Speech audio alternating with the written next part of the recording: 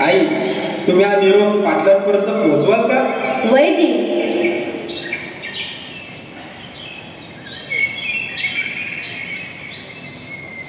सुभेदार, ती मुलगी या गावाचे पाटील मानकोजी शिंदे यांची मुलगी आहे.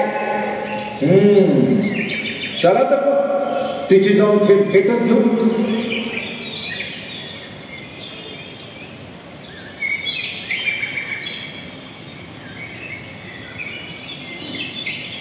माफी असेल, पण आपली ओळख सांगू शकाल का?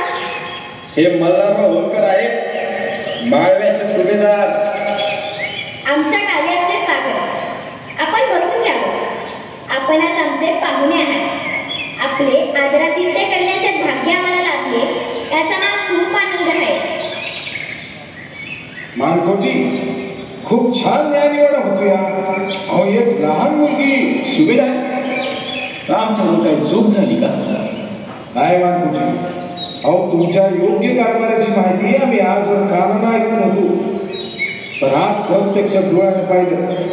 ज्या पाटलाची मुलगी असा न्यायनिवाडा करत असेल, तो पाटील किती महान असेल. आपली कृपादृष्टी आमच्यावर राहू द्या. नक्कीच.